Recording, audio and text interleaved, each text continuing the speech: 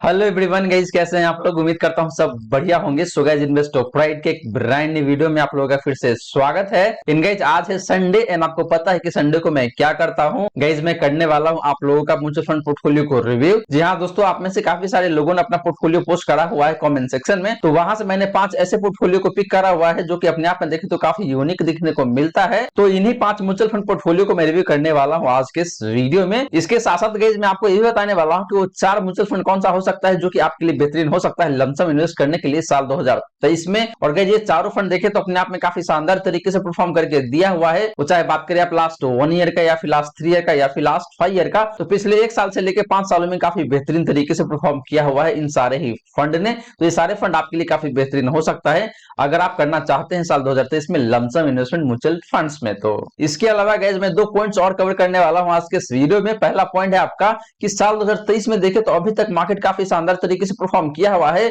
और कहीं ना कहीं देखे तो निफ्टी अपने लाइफ टाइम के आसपास में रुका हुआ है। तो क्या यहाँ पे आपको अपना एसआईपी को स्टॉप कर देना चाहिए और जब मार्केट में करेक्शन आएगा उस टाइम पे जाके आपको अपना एसआईपी को फिर से स्टार्ट करना चाहिए। तो क्या ऐसा अप्रोच यूज करने से लंबे समय में आपको पैसे अच्छे तरीके से बन पाएगा या फिर नहीं बन पाएगा, तो इस क्वेश्चन को मैं आंसर करने वाला हूं आज के इस वीडियो में। इनके जिसके साथ साथ मैं आपको एक ऐसा ट्रिक बताने वाला हूं जिसको यूज करके आप लंबे समय में म्यूचुअल फंड से काफी तगड़े तरीके से प्रॉफिट बना सकते हैं। जी हाँ दोस्तों, अगर एक नॉर्मल इंसान इन्वेस्ट करते हैं म्यूचुअल फंड में और आप इस ट्रिक को यूज करके इन्वेस्ट करते हैं म्यूचुअल फंड में, तो आप हमेशा ज्यादा पैसे बनाएंगे in comparison with other guys. वहीं गाइस, आप भी चाहते हैं कि मैं आपका म्यूचुअल फंड पोर्टफोलियो को रिव्यू करूं, तो आप अपना mutual fund portfolio comment section में मेंशन कर सकते हैं।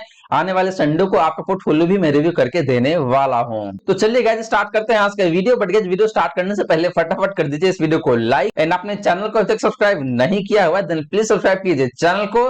इन साथ के साथ गाइस, नोटिफिकेशन बेल ऑन करके ऑल पे क्लिक कर लीजिएगा ताकि जब भी इस चैनल पे वीडियो लेके आऊंगा सारे वीडियो का नोटिफिकेशन आपको मिलता रहेगा। तो गाइस, जैसे मैंने आपको बताया कि हम लोग सबसे पहले बात करने वाले हैं म्यूचुअल फंड पोर्टफोलियो रिव्यू का एंड इसके बाद गाइस हम लोग बात करने वाले हैं 4 ऐसे म्यूचुअल फंड्स का जो कि आपके लिए काफी बेहतरीन हो सकता है अगर आप साल 2023 में लमसम इन्वेस्टमेंट करना चाहते हैं म्यूचुअल फंड्स में। तो चलिए गाइस, सबसे पहले बात कर लेते हैं म्यूचुअल फंड पोर्टफोलियो रिव्यू का। तो गाइस, बात करें यहाँ पे म्यूचुअल फंड पोर्टफोलियो रिव्यू का, तो बात करें यहाँ पे गाइस पहला पोर्टफोलियो का, तो पहला पोर्टफोलियो है यहाँ पे आपका विशु का। और इनके पोर्टफोलियो में जो पहला फंड निकल के आता है कि जो फंड है यहाँ पे आपका यूटीआई निफ्टी 50 इंडेक्स फंड। दूसरा फंड जो निकल के आता है कि जो फंड है आपका यहाँ पे मीरे एसेट टैक्स फंड। तीसरा फंड जो निकल के आता है कि जो फंड है यहाँ पे आपका पराग पारिक फ्लेक्सी का फंड। चौथा फंड जो निकल के आता है कि यहाँ पे वो फंड है आपका पीजीएम मीडिया मिड का फंड। बात करिए गाइस पांचवा फंड का, तो फंड है यहाँ पे आपका क्वांट स्मॉल का फंड। छठवां फंड है गाइस यहाँ पे आपका कैनरा बैंक स्मॉल का फंड। बात करिए गाइस सातवां फंड का, वो फंड निकल के आता है यहाँ पे आपका टाटा स्मॉल का फंड। इन गाइस यहाँ पे देखे तो लास्ट के 3 फंड आपका स्मॉल कैप कैटेगरी से बिलोंग करता है और हर एक फंड में ये 1000 पर मंथ के हिसाब से एसआईपी करके चल रहे हैं।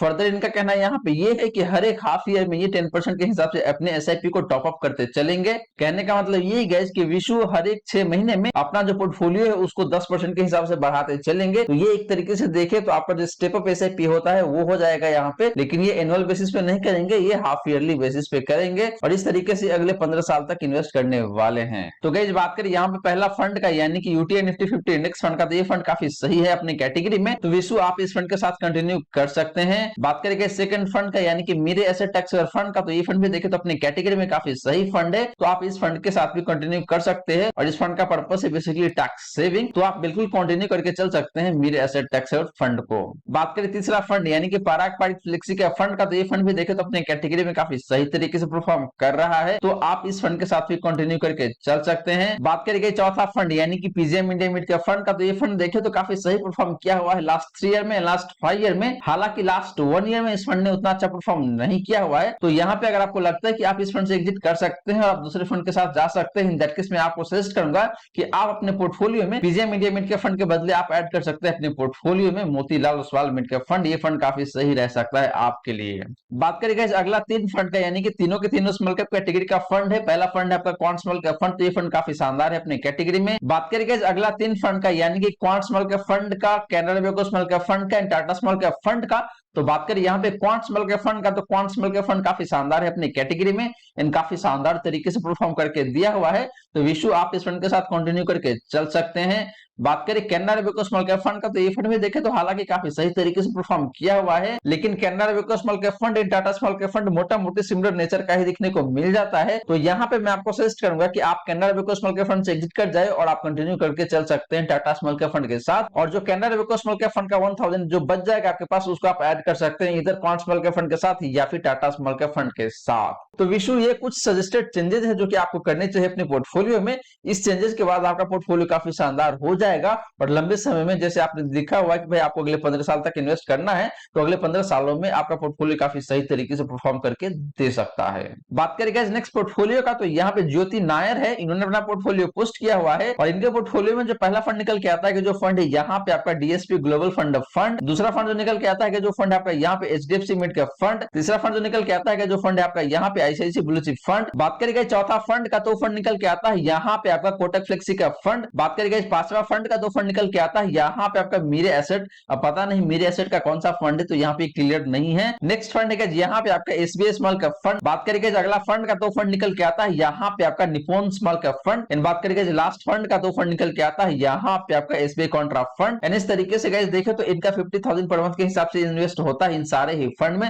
ये इन्वेस्ट करना चाहते हैं इन सारे ही फंड में अगले 15 सालों के लिए। तो गाइस पहले बात करें यहाँ पे डीएसपी ग्लोबल फंड का, तो ये फंड देखे तो मुझे उतना बेहतर नहीं लगता है, काफी एवरेज सा फंड है।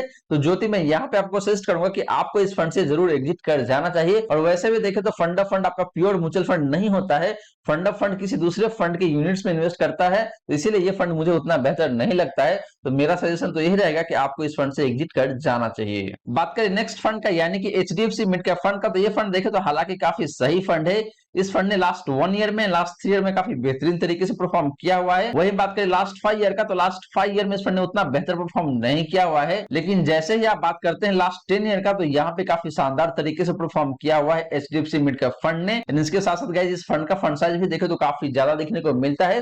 तो ये एक थोड़ा सा निगेटिव साइड है आपका एचडीएफसी मिड कैप फंड का। बात करें नेक्स्ट फंड का यानी कि आईसीआईसी ब्लू चिप फंड का, तो ये फंड देखे तो हालांकि काफी सही फंड है अपने कैटेगरी में, लेकिन फिर भी देखे तो ये फंड बेस्ट नहीं है अपने कैटेगरी में। तो यहाँ पे मैं आपको सजेस्ट करूंगा कि आप इस फंड से एग्जिट कर जाए एंड आप स्विच कर सकते हैं निप्पॉन लार्ज के फंड के साथ। बात करें अगला फंड का यानी कि कोटक फ्लेक्सी का फंड का, तो यहाँ पे भी मेरा सजेशन यही रहेगा आपको कि आप इस फंड से एग्जिट कर सकते हैं और आप स्विच कर सकते हैं पराग पारित फ्लेक्सी का फंड के साथ। इसके बाद देखे गए तो इन्होंने मेंशन करा हुआ है मेरे एसेट फंड, तो अब ये कौन सा फंड है मुझे पता नहीं। तो ज्योति आपसे रिक्वेस्ट है कि आप प्लीज कमेंट में मेंशन कर दीजिए कि आप कौन सा फंड के बारे में यहाँ पे मेंशन करा हुआ है, तो अकॉर्डिंगली मैं आपके क्वेश्चन का रिप्लाई कर दूंगा कमेंट सेक्शन में। बात करेंगे अगला फंड का यानी कि एसबीआई स्मॉल कैप फंड का, तो ये फंड देखे तो हालांकि काफी सही फंड है, लेकिन आपके नॉलेज के लिए बता दूं कि जो एसबीआई स्मॉल कैप फंड है, इस फंड में सिर्फ आप एसआईपी कर सकते हैं, लमसम इन्वेस्टमेंट बिल्कुल भी नहीं कर सकते हैं। तो फ्यूचर में अगर आपको कभी भी लगेगा कि आप इस फंड को टॉप अप करना चाहते हैं, दैट केस वो पॉसिबल होगा ही नहीं आपके लिए। आप सिर्फ और सिर्फ एसआईपी ही कर सकते हैं एसबीआई स्मॉल कैप फंड के साथ।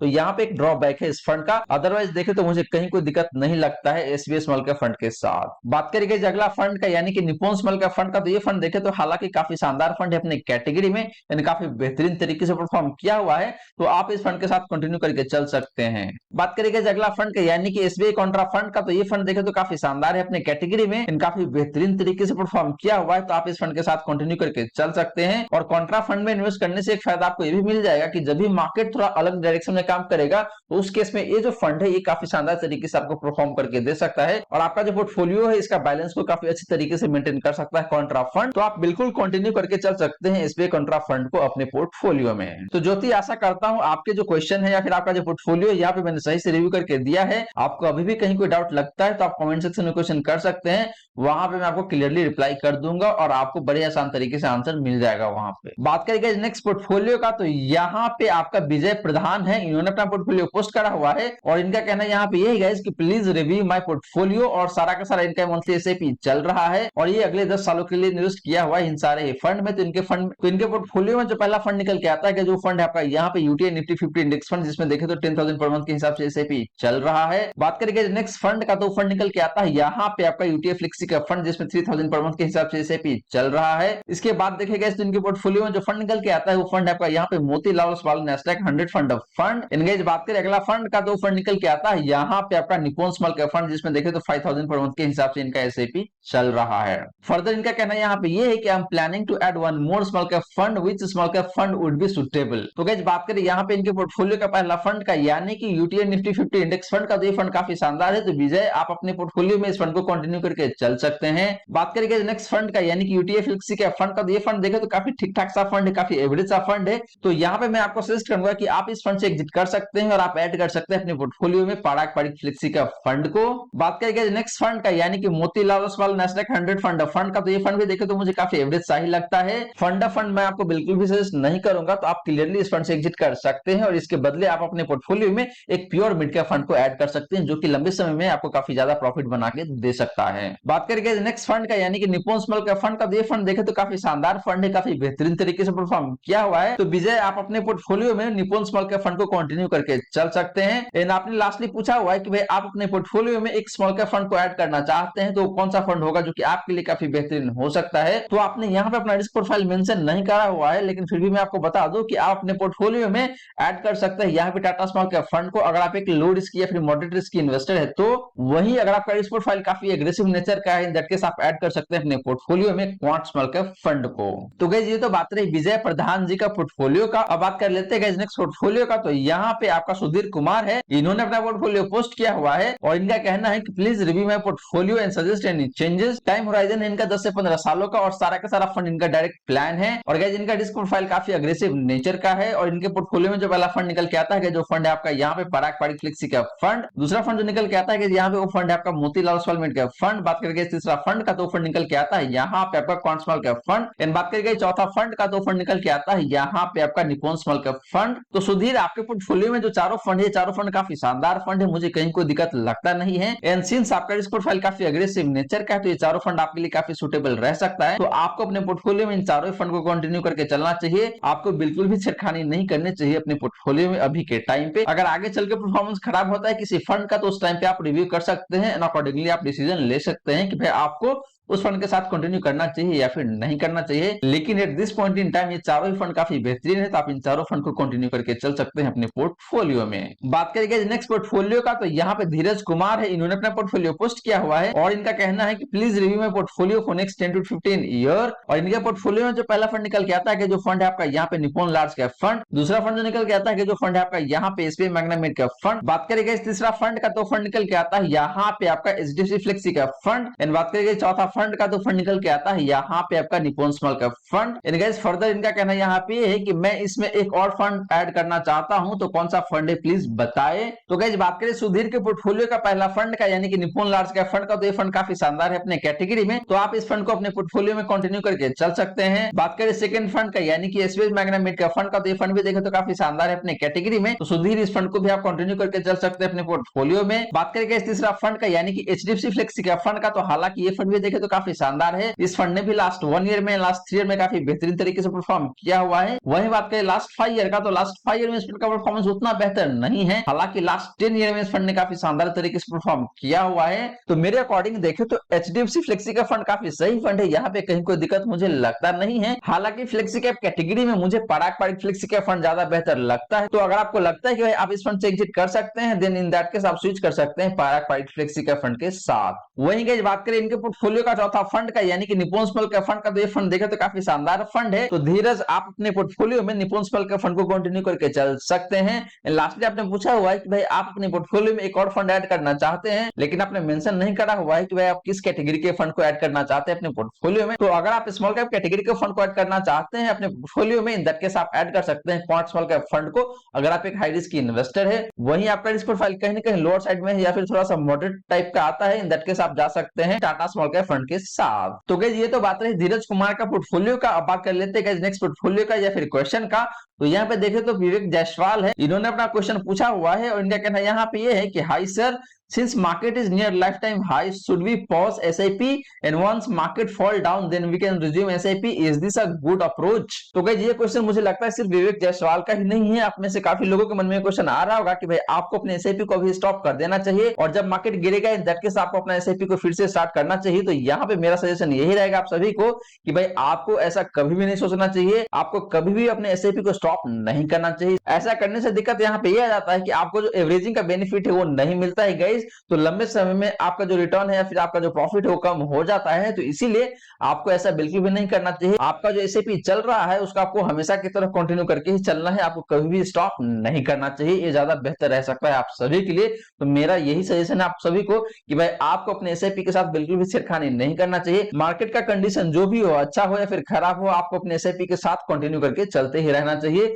ऐसा करने से ही आपको लंबे समय में काफी तगड़े तरीके से प्रॉफिट बन सकता है। और गाइस आपको सिर्फ सिंपल SIP नहीं करना है, आपको हर एक साल अपने SIP अमाउंट को थोड़े थोड़े करके बढ़ाते चलना है, यानी कि आपको यूज करना है स्टेप अप SIP। तो इससे आपका जो प्रॉफिट है या फिर आपका जो कॉर्पस है वो और भी ज्यादा बन के आ सकता है लंबे समय में। तो इसीलिए आपको यूज करना चाहिए स्टेप अप SIP अप्रोच। तो गाइस ये तो बात रही विवेक जायसवाल का क्वेश्चन का। अब चलिए गाइस बात कर लेते हैं कि अगर आपको लमसम इन्वेस्ट करना है मार्केट में म्यूचुअल फंड के थ्रू, तो कौन कौन सा फंड जो कि आपके लिए बेहतरीन हो सकता है अगले 20 से 25 सालों के लिए और आपको काफी शानदार तरीके से पैसे बना के दे सकता है लंबे समय में। तो गाइस बात करें यहाँ पे धर्मेंद्र सिंह नेगी का, तो इन्होंने अपना क्वेश्चन पूछा हुआ है और इनका कहना यहाँ पे ये है कि मेरे पास 50,000 रुपए है और किस फंड में डालूं जहां पे लॉस ना हो। तो गाइस यहाँ पे देखे तो इनडायरेक्टली इनका क्वेश्चन यही है कि भाई इनके पास 50,000 रुपए पड़ा हुआ है, उस 50,000 रुपए को कहां पे इन्वेस्ट करें, यानी कि लमसम इन्वेस्टमेंट करना है इनको, तो कौन कौन से फंड है जिसमें इस 50,000 को इन्वेस्ट करना चाहिए इनको। तो गाइस यहाँ पे मैं दो तरीके से बात करने वाला हूँ, पहले बात करूंगा लमसम रिटर्न का एंड इसके बाद गाइस मैं बात करने वाला हूँ इन सारे फंड का डिफरेंट रिस्क रेशियोज का।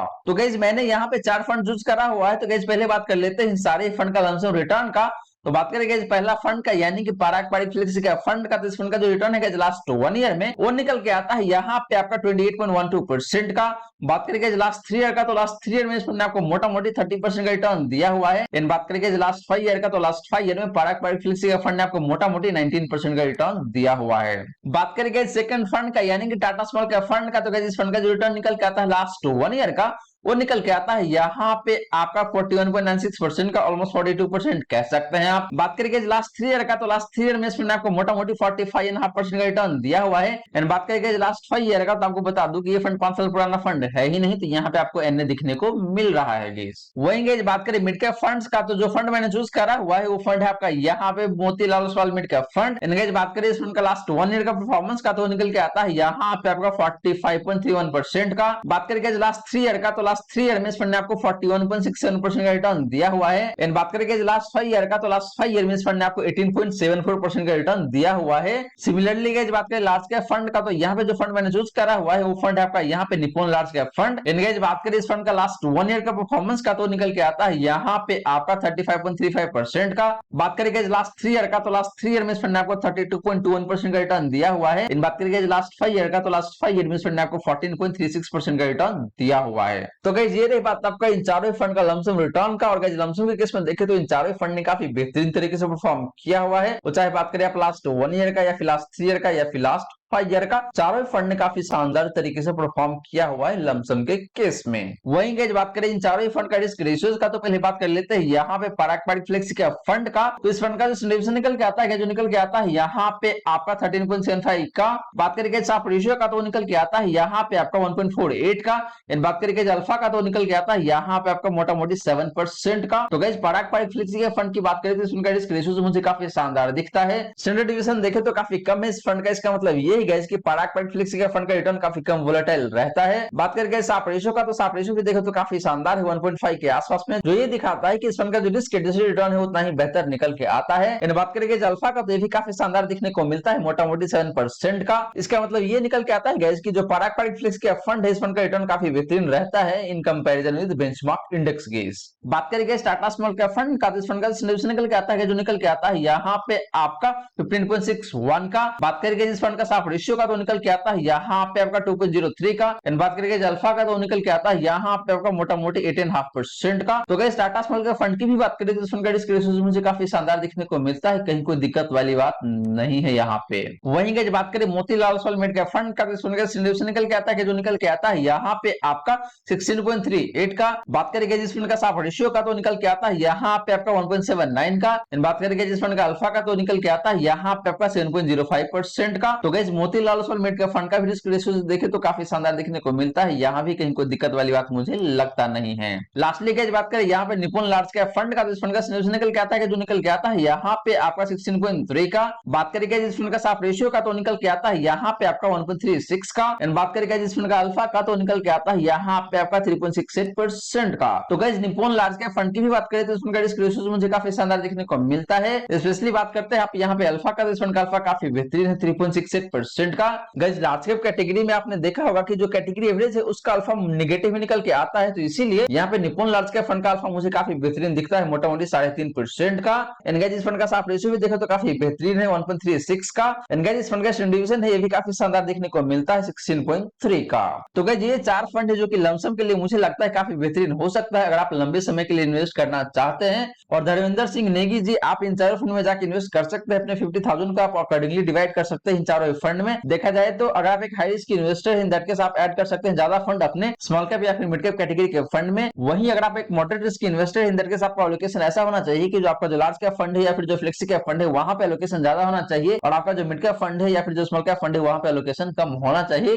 तो आप अपने रिस्क प्रोफाइल के अकॉर्डिंग एलोकेशन कर सकते हैं इन चारों ही फंड में। तो गाइस ये रही सारी की सारी बातें जो हमने किया आज के इस वीडियो में। और गाइस यहाँ पे मैंने आपको 5 ऐसे म्यूचुअल फंड पोर्टफोलियो रिव्यू करके दिया हुआ है आज के इस वीडियो में, जो कि अपने आप में देखे तो काफी यूनिक है। इन सारे ही पोर्टफोलियो गाइस अपने अपने जगह पे काफी शानदार तरीके से परफॉर्म करता हुआ नजर आएगा आने वाले समय में। और वहां पे क्या क्या चेंजेस है वो भी मैंने आपको बताया है, तो अकॉर्डिंगली आप अपने पोर्टफोलियो में चेंजेस कर सकते हैं। इसके अलावा गाइस मैंने आपको 4 म्यूचुअल फंड ऐसे बताया है जो कि लमसम इन्वेस्टमेंट करने के लिए काफी शानदार हो सकता है आप सभी के लिए साल 2023 में। इनका जिसके साथ साथ मैंने 2 पॉइंट और कवर किया था। पहला पॉइंट था कि भाई आप कौन सा ट्रिक यूज करके म्यूचुअल फंड से ज्यादा पैसे कमा सकते हैं। लास्टली गाइस मैंने आप लोगों का एक क्वेश्चन था कि भाई अभी के जो मार्केट है यहाँ पे आपको एसआईपी को स्टॉप कर देना चाहिए या फिर आपका जो एसआईपी है उसको कंटिन्यू करते रहना चाहिए। तो इस क्वेश्चन को भी मैंने आंसर किया है। तो आशा करता हूँ गाइस कि जो भी मैंने बताने की कोशिश किया है सारी बातें आपको समझ में आ गया होगा। मन में अगर कोई डाउट है कोई क्वेश्चन है तो फटाफट कमेंट सेक्शन में पूछ लीजिए, आपके क्वेश्चन का रिप्लाई मैं कर दूंगा। वहीं गाइस वीडियो अच्छी लगी हो तो वीडियो को लाइक जरूर करें, इन वीडियो को शेयर कर दे अपने फ्रेंड फैमिली सर्कल में ताकि बाकी लोगों को भी इस वीडियो का फायदा हो सके। इन गाइस आपने चैनल को सब्सक्राइब नहीं किया हुआ है प्लीज चैनल को सब्सक्राइब करके रखिएगा। इन साथ के साथ गाइस नोटिफिकेशन बेल ऑन करके ऑल पे क्लिक कर लीजिएगा ताकि जब भी इस चैनल पे वीडियो लेके आऊंगा